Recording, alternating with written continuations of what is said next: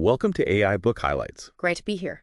Today we're tackling really a cornerstone of personal and professional development, Stephen Covey's The 7 Habits of Highly Effective People. Absolutely, a classic. And this isn't just going to be a straightforward summary. We want this to be more like your cheat sheet, maybe, to understand why people like Tom Peters, even folks at NASA, called it potentially life-changing. Right. Our goal is really to distill the core power of Covey's framework into insights you can actually use straight away. Yeah, save you some time, but still get the richness, the real essence of what makes people effective, according to Covey. Exactly. We're aiming to get to the heart of it, and more importantly, how you can apply these ideas yourself. So where should we start? Okay, well, the first really big idea Covey lays out is this concept of paradigms and paradigm shifts.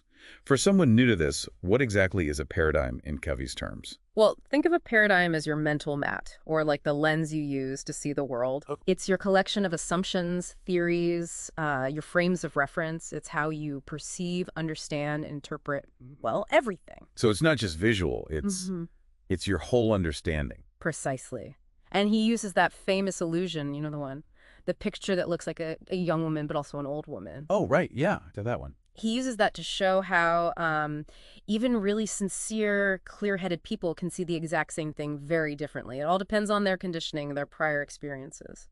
And it's kind of amazing how stuck we can get in our first perception, even when someone points out the other image. Exactly. That initial conditioning is powerful. So Covey argues that if our paradigms, our maps aren't serving us, we can't just tinker around the edges. Right, you can't just change a behavior slightly. No, real change, what he calls quantum change, needs a paradigm shift. You have to work on the paradigm itself, not just, as he puts it, hacking at the leaves of attitudes and behaviors. Okay. So going deeper, does this tie into his idea about the character ethic versus the personality ethic? Absolutely. That's fundamental. The character ethic focuses on foundational principles, things like integrity, humility, fairness, courage. It's about who you are. Inside out kind of thing. Exactly. Whereas the personality ethic often emphasizes techniques, skills, positive thinking, more about image and quick fixes, how to appear effective. Right, this sort of how to win friends approach. Maybe. Sometimes, yeah. Covey argues the character ethic is foundational. Techniques are useful, but without character, they're like, well, building on sand, no substance. Okay, that makes a lot of sense. Focus on the roots of the character. So that naturally leads to his idea of a principle-centered paradigm, right? These foundational principles. Covey suggests that human effectiveness isn't just random. It's governed by principles that are like natural laws, universal, timeless. Like gravity, but for humans. Sort of. Things like fairness, honesty, integrity, human dignity, service quality. These aren't just nice ideas. He sees them as objective realities. Lighthouses, he calls them. Lighthouses. I like that. So our paradigms, our maps, need to align with these lighthouse principles to be accurate. Exactly. If your map doesn't reflect these principles, you'll struggle to navigate life effectively, no matter how hard you try or how positive your attitude is. Correct. Maps are crucial. And he warns against the glitter of the personality ethic, doesn't he? The quick fixes. He does. He talks about it offering sort of get-rich-quick schemes for quality of life, promising results without the necessary work and growth. It's often symbol without substance. Right, like trying to harvest a crop without planting or watering. Precisely his analogy. True effectiveness, whether in personal growth or relationships, requires paying the price, following the process. You reap what you sow. No shortcuts on the farm, and no real shortcuts in life. Okay, so we need principle-centered maps. The next step must be about actually using them. Habit 1, be proactive.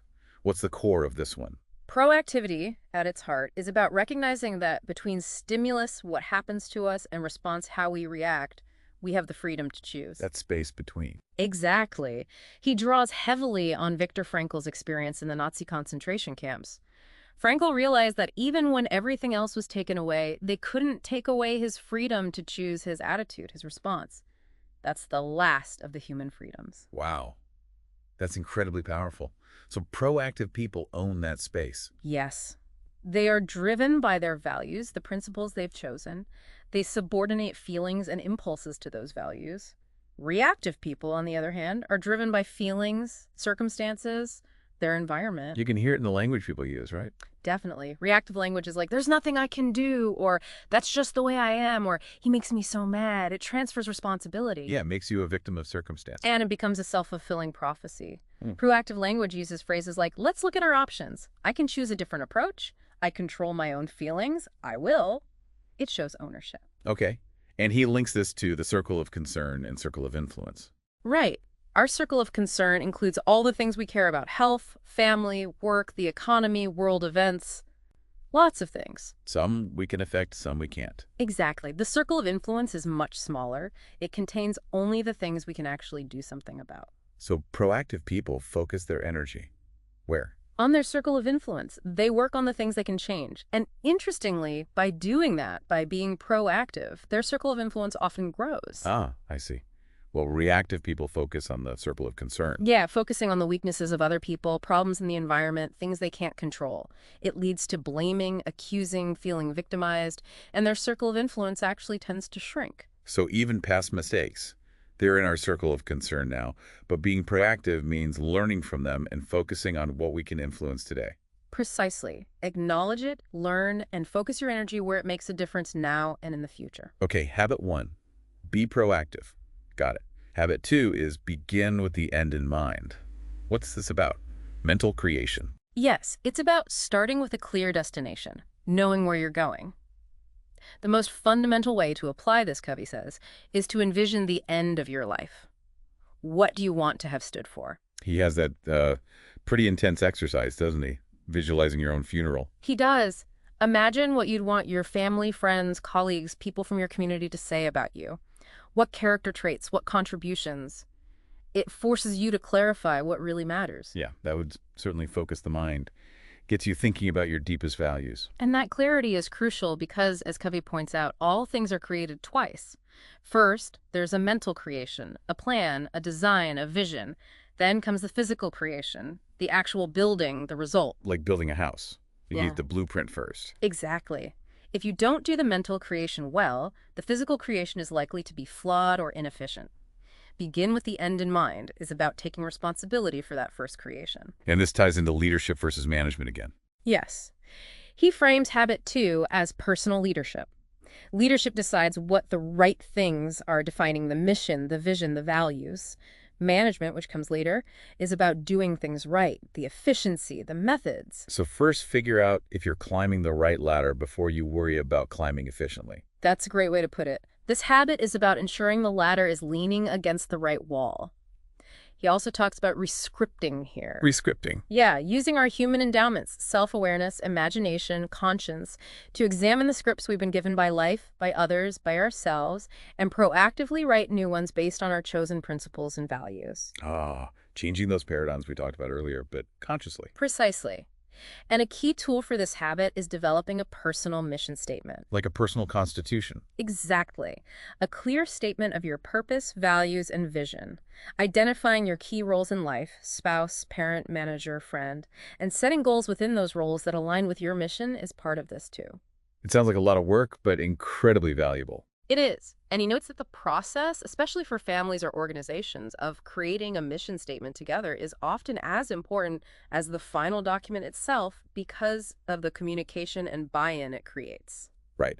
Okay, so habit 1 is taking charge. Habit 2 is figuring out where you're going. Habit 3 must be about the journey itself. Put first things first. Spot on. This is the physical creation, following the mental creation of habit 2. It's about effective self-management, organizing and executing around your priorities, the first things identified in habit 2. This is where time management comes in, I guess. Yes, but it's more than just traditional time management. It integrates the proactive nature of habit 1 and the vision of habit 2. Remember the leadership management distinction. Yeah, leadership is doing the right things, management is doing things right. Ami says effective self-management requires both. Manage from the left, lead from the right. You need the vision and values, right brain leadership, to guide the organization and execution. Left brain management. And he introduces that famous time management matrix here. Urgent versus important. That's right. It's a powerful tool. 4 quadrants. Quadrant 1 is urgent and important crises, deadlines, pressing problems. We have to deal with these. The firefighting quadrant. Pretty much. Quadrant 3 is Urgent but not important interruptions, some meetings, popular activities, these often feel important because they're pressing, but they don't align with our core goals. Lots of emails might fall in there. Could be. Quadrant 4 is not urgent and not important trivia, busy work, time wasters. Pretty straightforward. Okay, so where should we be spending our time? Quadrant 2. That's the not urgent but important quadrant. This is where the highly effective people focus. What kind of activities are in quadrant 2? Things like proactive work, prevention, relationship building, long-range planning, learning, exercise, recreation, the stuff that builds capacity and prevents future crises. It's the heart of effective personal management. But because it's not urgent, it's easy to neglect. Right. Exactly. The urgent always screams louder. So, putting first things first means having the discipline to prioritize quadrant 2 activities, even when quadrants are in 3 are demanding attention. It often means saying no to things. Saying no to urgent but unimportant stuff. Or even good stuff that isn't the best stuff. Yes. To say yes to your important quadrant 2 priorities, you have to say no to other things.